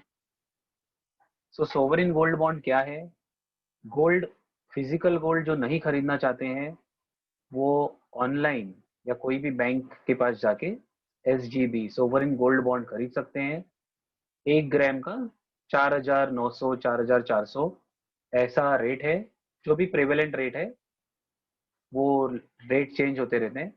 तो 1 ग्राम के लिए 1 यूनिट मिलेगा, और जो भी हम इन्वेस्टमेंट करेंगे उसमें 2.25 से 2.5% का ब्याज भी मिलता है। तो 2.5% ब्याज तो हमारा फायदा है, लेकिन अगर गोल्ड का भाव गिरता है आगे जाके तो फिर हमें यहाँ पे नुकसान हो सकता है, और बढ़ जाता है तो बॉन्ड की प्राइस बढ़ेगी, तो डेफिनेटली उसमें हमें फायदा हो सकता है, हम गोल्ड बॉन्ड्स बेच सकते हैं। और तीसरा जो मैं अभी चैट बॉक्स में लिख रहा हूँ वो है गोल्ड ETFs। अलग अलग टाइप के गोल्ड ETFs हैं मार्केट में, जो कि अवेलेबल है अभी, और आप इसमें इन्वेस्टमेंट कर सकते हैं। ETF में क्या होता है कि हम ये जो पैसा है वो फंड को देते हैं, वो पैसा फंड गोल्ड खरीदता है, और जैसे हम गोल्ड का भाव बढ़ता है ETF का भी भाव बढ़ता है। और ETF का जो यूनिट है वो सबसे बहुत अच्छा है, इसमें 1 यूनिट आएगा 45 रुपए का। मतलब गोल्ड का भाव अगर 45,000 है तो 1 यूनिट आता है 45 रुपए का ETF में, विच इज इक्वल टू 0.001 ग्राम। तो कितनी भी अमाउंट हम ETF में कर सकते हैं। गोल्ड बॉन्ड में क्या है, 5,000 रुपया चाहिए एक बॉन्ड खरीदने के लिए। फिजिकल गोल्ड में भी 1 ग्राम खरीदना है तो 5,000 रुपया चाहिए, लेकिन ETF में आप 50 रुपए का भी गोल्ड खरीद सकते हैं, 1,000 रुपए का भी खरीद सकते हैं। तो ETF एक मेथड है, लेकिन उसको कम से कम 5 से 8 साल तक इन्वेस्टमेंट करते रहना चाहिए, तो हम उसमें से फायदा बना सकते हैं। फिर will investment in gold bond give return, तो इसका मैंने रिस्पॉन्स दिया है, गोल्ड बॉन्ड 2.5% रिटर्न देगी इंटरेस्ट इनकम, लेकिन गोल्ड के प्राइस अगर घट जाते हैं तो हमें बॉन्ड में नुकसान हो सकता है। Fourth question, what is your view about mutual fund. So अगर आपकी एज कम है, लेट से आप अगर बिटवीन 20 to 30 के एज में है, ऑफ कोर्स वो मैटर नहीं करता है, लेकिन मैं एक एग्जांपल के लिए बता रहा हूँ, अगर आपकी एज 20 to 30 के बीच में है और आपको लंबे समय तक आप मार्केट में रह सकते हो रिस्क लिए हुए, तो म्यूचुअल फंड में जो SIP रूट है सिस्टमैटिक इन्वेस्टमेंट प्लान।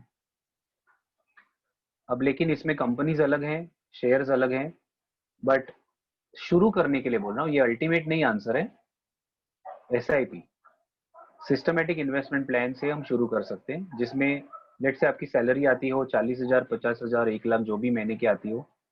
अगर आप 5,000 रुपये हर महीने इन्वेस्ट करना चाहते हो अच्छे शेयर में, तो आप सिस्टमैटिक इन्वेस्टमेंट प्लान के जरिए शुरू कर सकते हैं इन्वेस्टमेंट करना, और हर महीना 5-5 हज़ार में वो यूनिट्स परचेज होते जाएंगे।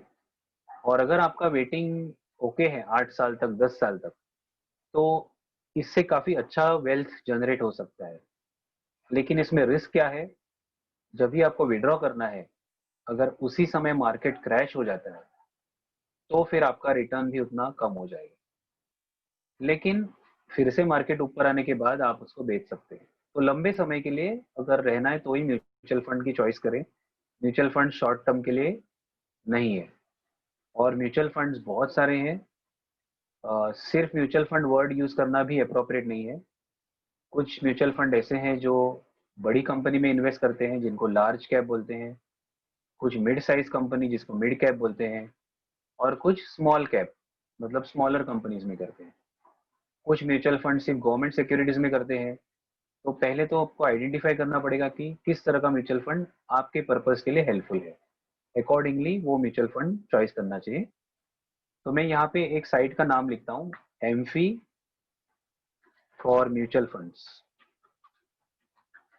Association of mutual funds of India. तो आप इनकी वेबसाइट पे जाइए, AMFI, और उस साइट पे आपको ऑलमोस्ट जो भी म्यूचुअल फंड्स अवेलेबल है इंडिया में, उसके सारे रिपोर्ट्स मिलेंगे, परफॉर्मेंस। और दूसरी जो वेबसाइट है, screener.in। screener.in वेबसाइट पे भी आपको कंपनियों के बारे में, उनके परफॉर्मेंस के बारे में, उनके शेयर्स, म्यूचुअल फंड्स के बारे में भी बहुत सारी जानकारी मिलेगी। ये साइट कोई प्रोडक्ट नहीं बेचती, ये सिर्फ इन्फॉर्मेशन की साइट है, इसके लिए मैंने इसको लिखा है, ताकि हम ज़्यादा से ज़्यादा जानकारी पा लें।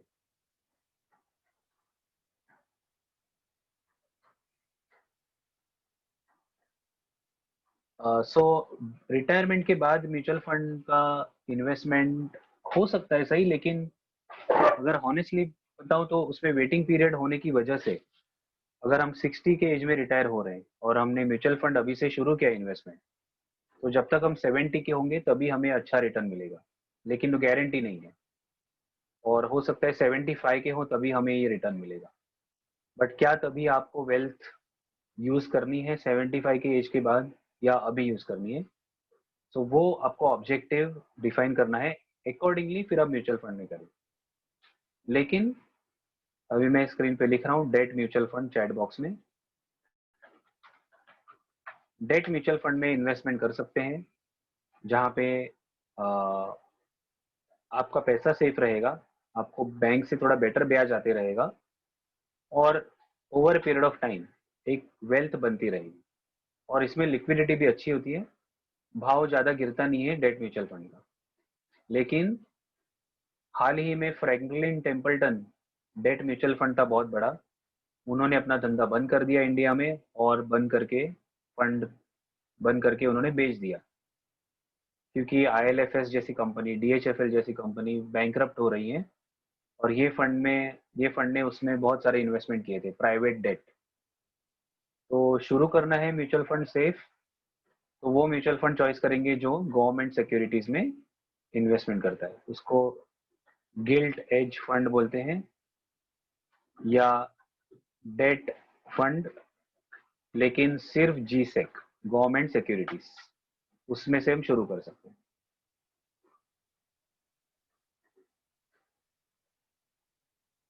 गोल्ड के बारे में तो मैंने डिस्कस किया ही, तो फिर से नहीं करता हूँ। If I have 1 rupee, how much invest in safe? So normally ऐसा रूल होता है कि एक्चुअली मैं रिस्की का बताता हूँ, तो फिर आप सेफ का फाइंड आउट कर सकते हैं।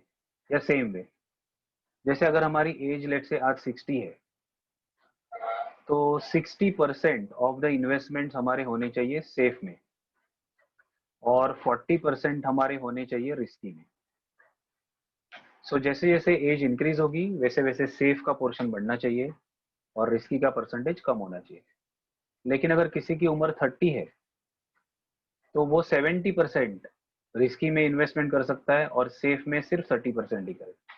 तो जितना भी उनका एज है वो परसेंटेज सेफ में इन्वेस्टमेंट करना चाहिए, बाकी का रिस्की कर सकते हैं। ये थंब रूल है, बट जरूरी नहीं कि हम थंब रूल से जाएं, बट शुरू करने के लिए ये रूल अप्लाई कर सकते हैं। फिर SIP के बारे में भी मैंने बताया, गोल्ड के बारे में भी बताया। Is there any government based company for mutual fund investment और FD investment? Government based company ऐसा नहीं है, but HDFC bank, state bank of India,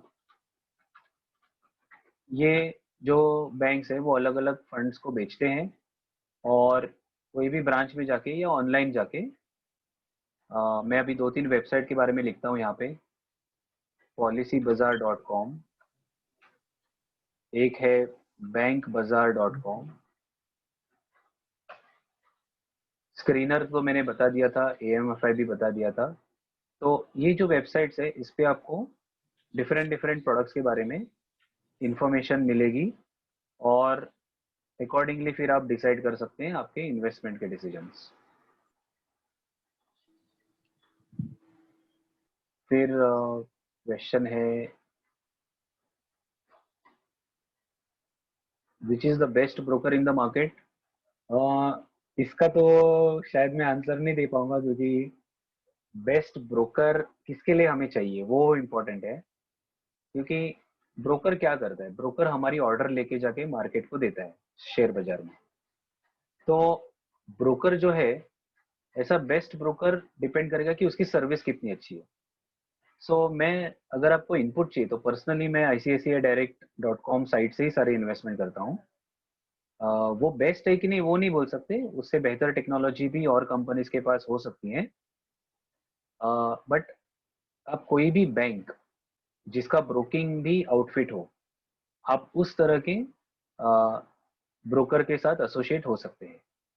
सिर्फ ब्रोकर जो हो कंपनी, अभी मैं नाम नहीं लूंगा क्योंकि it will not be appropriate, but जो भी कंपनीज है जो सिर्फ ब्रोकर हैं और उनकी बैंक नहीं है, वहां पे हमें क्या दिक्कत आती है कि हमारी बैंक से पहले उनको फंड्स ट्रांसफर करो, फिर वो दिखाएंगे अपने अकाउंट में, फिर हम ऑर्डर एग्जीक्यूट करेंगे। तो जो सिर्फ ब्रोकर है वहाँ पे फ्रॉड की भी चांसेस ज़्यादा हो सकती है। काफ़ी बार ऐसा हुआ है और बहुत सारे हमारे क्लाइंट्स भी ऐसे बताते हैं कि वो जो ब्रोकर के पास उन्होंने गए थे, ब्रोकर तो अच्छा है लेकिन जब आप शेयर्स बेचते हैं तो ब्रोकर के अकाउंट में पैसा जाता है पहले और ब्रोकर हमारे अकाउंट में देता है। तो क्या करता है ब्रोकर, वो हमारे अकाउंट में पैसा ट्रांसफर ही नहीं करता, वो उसके अकाउंट में ही रखा रहता है, ये सोच के कि हम आगे जाके फिर से खरीदेंगे तभी पैसे की जरूरत पड़ेगी। तो इस तरह की जो प्रैक्टिसेस है, ये क्या होता है कि ब्रोकर खुद ही पैसा रख रहा है अपने पास और उसके ऊपर उसको तो ब्याज मिल रहा है लेकिन हमारा नुकसान हो रहा है और हमें फिर फॉलो अप करके फोन पे अरे पैसा ट्रांसफर करो बोलना पड़ता है। बैंक वाले जो ब्रोकर है उसमें ये दिक्कत नहीं है, क्योंकि बैंक अकाउंट और ब्रोकिंग अकाउंट लिंक्ड है।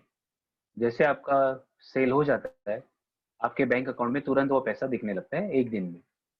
और बैंकिंग वाले जो कंपनीज है जो ब्रोकिंग का सर्विसेज देते हैं, उनको ये सब प्रैक्टिसेस करने की जरूरत नहीं है। तो ब्रोकर ऐसा चुने कि जो बैंक के साथ मतलब बैंक ही हो, तो हमें थोड़ा ज़्यादा सेफ्टी है। और आजकल ब्रोकर एडवाइस भी देते हैं तो लेकिन देखिए कि आप अगर वो डॉक्टर के पास जाएंगे जो डॉक्टर खुद ही दवाई बेचता हो, तो थोड़ा सा मुश्किल हो सकती है उसमें, क्योंकि कॉन्फ्लिक्ट हो जाता है। डॉक्टर प्रिस्क्रिप्शन भी देता है और खुद ही दवाई बेच रहा है, तो वो वही दवाई बेचेगा जिसमें उसको ज़्यादा कमीशन मिलेगा। अगर डॉक्टर और मेडिकल दोनों साथ ही हैं बाजू बाजू में और एक ही फैमिली के, तो ये कॉन्फ्लिक्ट आ सकता है। इसके लिए आइडियली आप इस तरह से आपके एसोसिएट्स चूज करिए जो एसोसिएटेड नहीं हो डायरेक्टली प्रोडक्ट से। क्योंकि अगर आप जैसे आप कोई LIC एजेंट से बात करेंगे कि मुझे पॉलिसी चाहिए, तो वो तो LIC की पॉलिसीज बेचेंगे, कुछ भी करके घुमा फिरा के वो सॉल्यूशन वही देंगे कि जो LIC का ही पॉलिसी अच्छा है, होगा भी अच्छा लेकिन ये कॉन्फ्लिक्टिंग सिनारियोज रहते हैं, तो ब्रोकर आप वही चूज करिए जो बैंक हो। मतलब ये मेरी एक्सपीरियंस है, आपको बता रहा हूँ। वैसे कम खर्चे वाले ब्रोकर हैं, लेकिन वो इस तरह के प्रैक्टिसेस में जाते हैं जो हमें आगे जाके महंगा पड़ जाता है।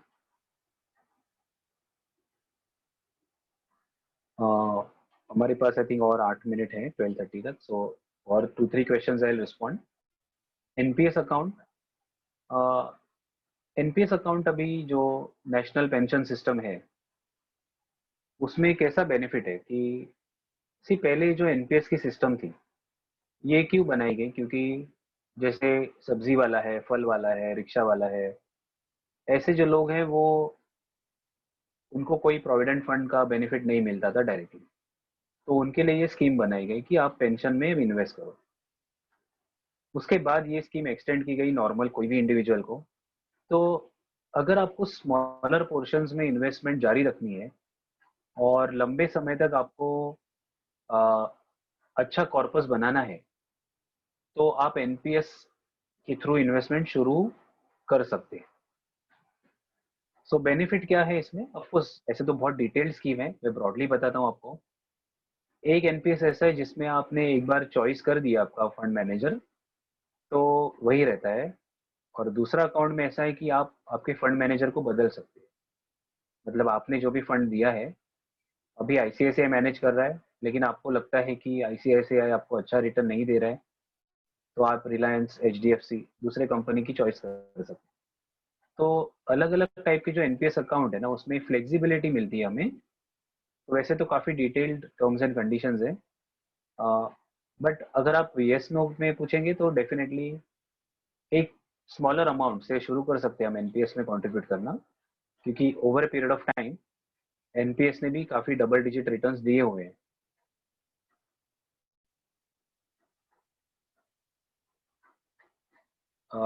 फिर अभी ये जनरल क्वेश्चन है, थोड़ा इसको रिस्पॉन्ड करना मुश्किल है, लेकिन मैं रिस्पॉन्ड करने की कोशिश करता हूँ। Is it safe to invest in share market in this current situation? See अभी first of all share market is a very large term. Share market एक बहुत बड़ा एरिया है। हमें क्वेश्चन करना चाहिए कि क्या हम ये कंपनी में इन्वेस्ट करें कि नहीं करें, या ये कंपनी के शेयर खरीदे कि नहीं करें। तो जो बेस्ट ऑफ द कंपनीज है, Hindustan Unilever, Nestle, Tata consultancy services, Infosys, Reliance industries, और कुछ सेफर कंपनीज है, प्रॉक्टर एंड गैम्बल, पिडीलाइट। तो इस तरह की जो कंपनीज है, अच्छी कंपनीज, आप उन कंपनीज में धीरे धीरे कुछ शेयर्स खरीद के इन्वेस्टमेंट शुरू करिए। और इस तरह के कंपनीज में इन्वेस्ट करने का कोई टाइमिंग नहीं होता। बेस्ट टाइम कभी था मार्च में, क्योंकि तभी मार्केट गिर चुका था। अभी हाल ही में गए हफ्ते में गिर रहा है, तो रिस्की तो है, लेकिन यही अपॉर्चुनिटी भी है अच्छे शेयर्स खरीदने की। बजाज, सो इस तरह की जो अच्छी कंपनी है, आप धीरे धीरे उनके शेयर्स खरीद सकते हैं अभी। लेकिन जरूरी नहीं कि इसमें इमीडिएटली रिटर्न मिले, इसमें वेटिंग टाइम काफ़ी हो सकता है। सो 5 या 6 साल का वेटिंग पीरियड रखेंगे, हो सकता है 3-4 साल में ही अच्छा रिटर्न मिल जाए। So safe share market as a location, normally तो वो रिस्की है, लेकिन ये कंक्लूजन नहीं है, क्योंकि मेरे हिसाब से पर्सनली आप पूछे तो उससे सेफ जगह कोई है नहीं। क्योंकि फिक्स डिपॉजिट हमें देता है 5% और महंगाई है 10% मार्केट में, तो वहां पे तो हमारा पैसा जा ही रहा है। शेयर मार्केट में एटलीस्ट एक पॉसिबिलिटी है अच्छा रिटर्न बनाने की, लेकिन रिस्की क्यों है? क्योंकि वहां पे हम रिटर्न को डिफाइन नहीं कर सकते। जैसे कोई एक तो फ्रेंड थे मेरे, जो उन्होंने मुझे क्वेश्चन पूछा कि मैंने अभी कोरोना टाइम में ट्रेडिंग चालू किया शेयर मार्केट में, लेकिन मुझे रोज कितना पैसा मिलेगा। तो ये इनकरेक्ट क्वेश्चन है, क्योंकि वो शेयर मार्केट ऐसी जगह नहीं है जहाँ पे हम रोज कमा सकते हैं। वो एक्टिव इनकम वाली एरिया नहीं है, वो पैसिव इनकम है। वहां पे जो वेट करेंगे, पेशेंस दिखाएंगे, स्टडी करेंगे, they will make lot of money in the long term, not immediately. Sir एक तो रिलेटेड क्वेश्चन था, how to yes learn sir, share market, ऐसे शायद you have missed it. How to learn share market start from basic, please, ऐसा एक सवाल था, okay, please brief definitely, करिए आप। काफी अच्छे। Yes yes, perfect. सो ऐसे तो बहुत सारे कोर्सेज अवेलेबल है, और मैं कहाँ से शुरू करता हूँ? So I am just writing on the screen stock edge app. Stock edge app है और ज़ीरोधा वार्सिटी .com। सो ये अभी फर्स्ट स्टेप है, मतलब ऑफ कोर्स ऐसे तो ये काफी बड़ा सब्जेक्ट है, बट हम कहाँ से शुरू करें? स्टॉक एज एक ऐप है और ज़ीरोधा वार्सिटी, अभी ज़ीरोधा ब्रोकर के बारे में नहीं बात कर रहा हूँ मैं। ज़ीरोधा वार्सिटी एक वेबसाइट है जहाँ पे हिंदी में और इंग्लिश में, दोनों लैंग्वेज में, पूरा कंटेंट बेसिक से वहाँ पे पढ़ाया है। और स्टॉक एज ऐप है जिसमें आप अगर उसको डाउनलोड करेंगे तो उसमें मार्केट के बारे में इंफॉर्मेशन भी मिलती है और हर चीज के बारे में एक छोटा सा वीडियो भी है। उसको हम पढ़ के अप्लाई करेंगे तो ओवर पीरियड ऑफ टाइम हमारी लर्निंग स्टॉक मार्केट के बारे में काफी बढ़ सकती है।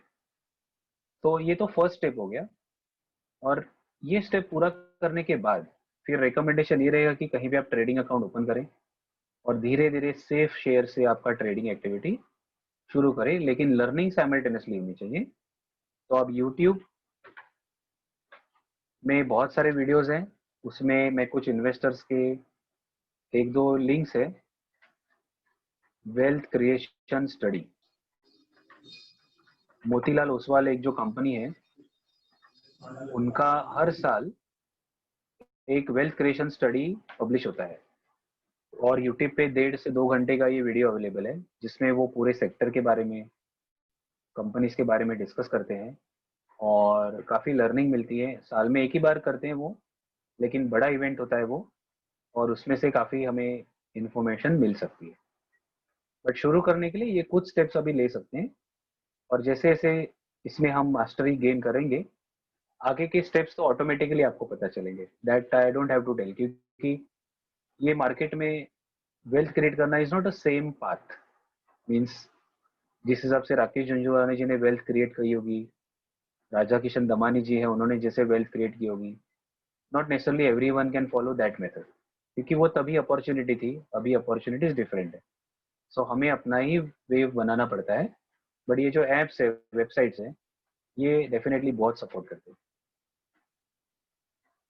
Then I'll just take last one question. I think we are reaching 12:30.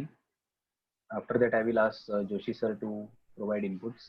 Yes, sir. In Please. closure. So, with many developed nations, crypto blockchain is emerging. और हमारा जो कंट्री है वो क्रिप्टो करेंसी पे बैन कर रहा है। तो इस पे ऑफ कोर्स ये ब्लॉकचेन और क्रिप्टो करेंसी टेक्नोलॉजी के बारे में तो मेरा ज्ञान बहुत लिमिटेड है, लेकिन आज की डेट में हम देख रहे हैं कि पेटीएम, जो हम पेमेंट बैंक्स भी यूज कर रहे हैं, उसमें बहुत सारे फ्रॉड्स हमें दिखाई दे रहे हैं। पेटीएम करके कंपनी नहीं, बट डिजिटल बैंकिंग में। तो एज अ कंट्री हमने डिजिटल को अपना तो लिया, लेकिन काफी लोगों का भारी नुकसान भी हो रहा है। कॉल आता है, ओटीपी दो, ये नंबर दो, और लोग आसानी से दे भी देते हैं और उनका अकाउंट डेबिट भी हो जाता है। तो मेजॉरिटी ऑफ द पॉपुलेशन, दो हम यूज कर रहे हैं, फिर भी हमें इतने सारे फ्रॉड्स देखने को मिल रहे हैं, जो कि ट्रेडिशनल बैंकिंग में कम थे, क्योंकि वहां पे तो हम चेकबुक से साइन करके देते थे, कंट्रोल था। अब डिजिटल बैंकिंग में, पेमेंट सॉल्यूशंस में फ्रॉड्स बढ़ रहे हैं। और एज ए इंडिया, क्या हम रेडी हैं ये सारे ब्लॉकचेन टेक्नोलॉजी, क्रिप्टो करेंसी को अपनाने के लिए? आई थिंक मेरे हिसाब से तो हम अभी रेडी नहीं है, क्योंकि पूरे डिजिटल में ही हमने अभी तक अपनाया नहीं है। डीमोनेटाइजेशन के बाद तो अपनाना शुरू किया है, लेकिन अभी भी दिक्कतें आ रही हैं। कितनी बार हम जाते, पेटीएम से पे करने जाते, वो घूमते ही रहता है चक्कर, नेटवर्क के कारण पैसा होते हुए भी नहीं पे कर सकते, फिर कैश निकाल के देना पड़ता है।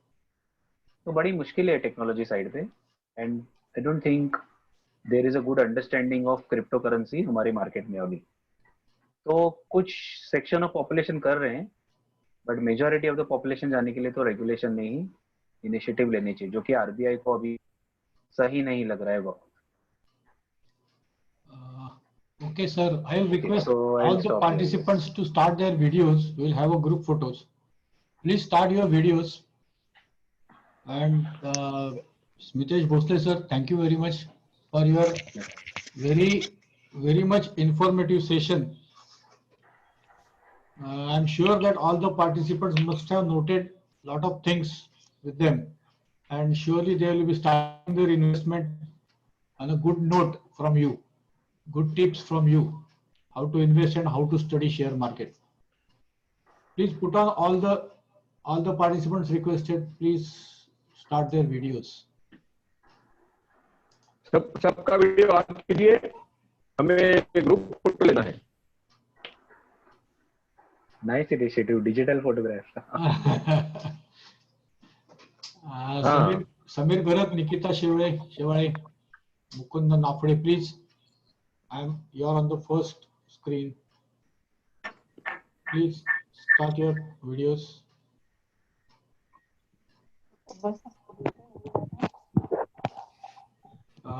If still any one of you are having questions till the photo session goes on, you can unmute yourself and ask the question.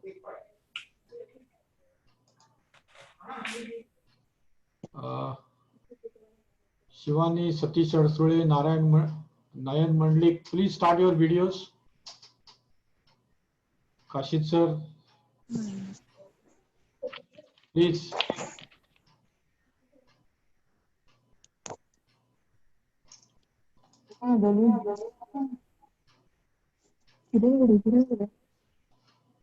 Video on करा सगळ्यांनी. सगळ्यांनी व्हिडिओ ऑन करा. व्हिडिओ नाही होता. ओके, आपल्याला ग्रुप फोटो घ्यायचा आहे. खूप लोकांचे अजून व्हिडिओ ऑन नाहीये. Pooja Male, Netrali Bhosale, very good, very good. कुठे मॅडम? नाही आता Sukruti video madam, Priyanka Thakur,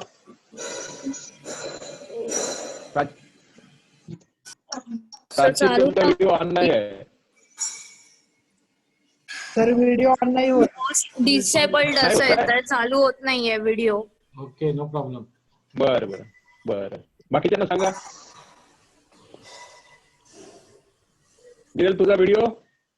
Shivani, copy केलं चॅट मध्ये. ठीक आहे सर, तुम्ही कन्क्लूड करताय. नाही करा तुम्ही, प्रॉब्लेम नाही.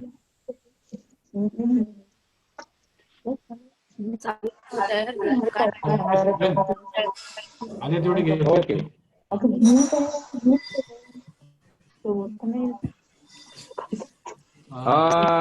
डिअर पार्टिसिपंट, सरांनी फार मस्त सेशन घेतलेलं आहे आणि कमी वेळामध्ये त्यांनी खूप सारं काही कव्हर केलेलं आहे आणि 1-1.5 तासामध्ये त्यांनी बऱ्याच पार्टिसिपंटच्या क्वेरीज पण त्यांनी क्लिअर केलेल्या आहेत आणि फार सुंदर मध्ये त्यांनी कमी वेळामध्ये ह्या टॉपिक वरती त्यांनी हायलाइट केलेला आहे आणि फार सुंदर क्लिअर केलेलं आहे. टॉपिक पण सिस्टमॅटिक आणि पीपीटी द्वारे कव्हर केलेला आहे आणि हा कसा एक जनरल अवेअरनेस इन्व्हेस्टमेंट वर्कशॉप होता आणि मला वाटतं की सगळ्या पार्टिसिपंटना बऱ्यापैकी समजला अशी मी आशा करतो आणि HRD थल तर्फे आणि होल आरसेप तर्फे श्री स्मितेश भोसले सरांचे आम्ही आभारी आहोत आणि आम्ही त्यांचे खूप खूप धन्यवाद मानतोय आणि ह्या आउट ऑफ थँक्स च्या सोबतच आजचा हा वेबिनार इथे समाप्त होतोय असा मी जाहीर करतोय आणि सगळ्यांना मी फार आभारी आहे. And thanks to all of you, all the participant. सगळ्यांनी पार्टिसिपेट केलेलं आहे. जवळपास 92 पार्टिसिपंटनी पार्टिसिपेट केलेलं आहे. त्या 92 पार्टिसिपंटचा मी याच्या वतीने फार आभारी आहे आणि हा वेबिनार इथेच कन्क्लूड करतोय आणि हा वेबिनार एंड करावा असं मी होस्ट आहेत श्री स्मितेश भोसले त्यांना मी रिक्वेस्ट करतो. धन्यवाद सर.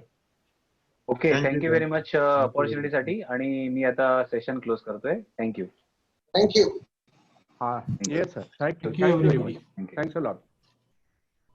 Thanks Joshi sir.